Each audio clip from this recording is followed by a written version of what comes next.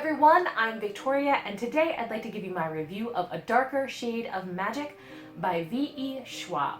So this is the first book in an adult fantasy series, and essentially we follow the adventures of Kel and his travels across the 4 different Londons. That's right, we have 4 different entire kind of parallel universes. So the first we have is Red London, where Kel is from, where magic exists and it thrives. And then we also have Grey London, which is essentially our world, where there's very little magic, not too much. Then we also have Black London, which has become overrun by magic and no longer associates with the rest of the Londons. And then we have White London, which was next door to Black London, and their magic comes at a very high cost. So again, after magic kind of engulfed Black London, they decided to take down any sort of portals between the worlds. So the only people that were left that could go back and forth between the worlds were people like Kel. During the course of this book, we also meet our other protagonist, Lila, who is a thief and pickpocket from Grey London. Overall, I did enjoy this book. I gave it 4 out of 5 stars. There were a few caveats I had going forward, and we'll see. I kind of didn't penalize it for some things because this is the first in a trilogy, so I'm hoping some of the little quibbles that I had with this one will be addressed in other books later on. I did hear some mixed things about this. At first I heard only amazing things. People were raving about this, giving this a ton of 5 stars, and then I heard some reviews that were maybe not so favorable. So I kind of went into this with some mixed expectations, but overall, like I said, I did definitely enjoy it. So the number one thing that I really enjoyed about this was the whole concept, this idea of having 4 parallel Londons, and each one of them just slightly different with a different level of magic, and just one person being able essentially to go between those worlds. I found that really an interesting concept. Unfortunately, that was also kind of a negative for me because Victoria Schwab doesn't take advantage of this wonderful idea. We are kind of only in the London area of each of these different worlds, except of course Black London, because that's completely closed off. Unfortunately, that doesn't make use of the amazing idea, the concept that she has, because this isn't just parallel Londons, it's parallel worlds. The only thing that is the same is the fact that there is a city in each one of these 4 parallel worlds, and it is called London. But besides that, they're completely different countries, completely different worlds, and so it would have been lovely to explore some of those. Now again, I'm not taking points off or lowering a rating because this is the first in a trilogy, and I'm hoping we really get to see more of that, see that expanded universe, those expanded worlds, because that's something that I think is really interesting. But again, unfortunately, I don't think that Schwab took advantage of that. The other thing is that a lot of people said they didn't like the characters and they found them very annoying in this. I actually didn't find that to be the case. They were fine. I do think they acted maybe a little juvenile. This did read maybe more as a YA rather than a true adult book.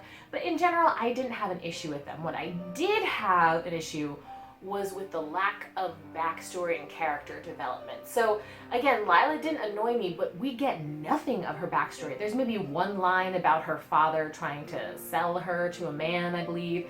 But other than that, we don't find out anything. Now again, I didn't really take off any points for this or to lower my score because I'm hoping that in further installments, later installments, we do get to see that play out. The other thing is Kel, again, not too much backstory, just a little bit of conflict with his adoptive parents and his adoptive brother Rye, the prince, and then his adoptive parents are the king and queen of Red London and that whole empire. There is a mystery in his life, in his early childhood that we don't find out about. And again, I want more of that. I want to explore that more, see what made him into the person that he is today, and then also do a little bit more character development with him. So overall, again, the characters didn't annoy me. I liked them, they were fine, but I just wanted more development, more backstory. Another thing to consider is the fact that we don't actually get the MacGuffin, the magical object that people are searching for, until about 1/3 of the way through. And then the 2 main protagonists, Lila and Kel, don't meet each other until about halfway through this. So if you're someone that really wants that action adventure, that plot right from the beginning, this might give you a little bit of trouble. I actually was entertained. I thought it was kind of interesting getting to know read London, but I could absolutely see why somebody would think it's kind of a slow build up into this. The other thing is that besides this idea of there being 4 different Londons, there's nothing really completely new here. Again, like I said, we have this MacGuffin, this magical object that people are after, and there are like a few plot twists at the end. One in particular, though, is set up very heavily in the beginning of this book. So there is a scene that telegraphs that something is a little amiss here and that it will play a major part later on in the book. And so it's not too big of a surprise, again, because we had this major like, look at this thing here, something is not right with this kind of scene early on in the book. The other plot twist, I will say, I did not expect. It is very subtly set up if you pay attention, and I definitely went like, oh, that's right. So I will say good job, Schwab, for setting that up in a nice kind of sedate way without just showing, just like the other one, what was going to happen without telegraphing ahead of time. But at the same time, this kind of plot twist is pretty used. It's pretty banal, honestly. I'm kind of tired of seeing it, and it wasn't super confirmed. I hope that it doesn't kind of go on in the next book forever trying to be like, oh, is this mystery? What is going on here? I don't know. If you paid attention and you put 2 and 2 together, you can figure out what's going on with this plot twist. Another thing is her writing. Overall, I tend to be like pretty forgiving of writing. I like simplistic, just not flowery writing, and then on the other hand, I like super poetic writing. I have a very wide spectrum of writing styles that I do enjoy, and Schwab is definitely on the more utilitarian side.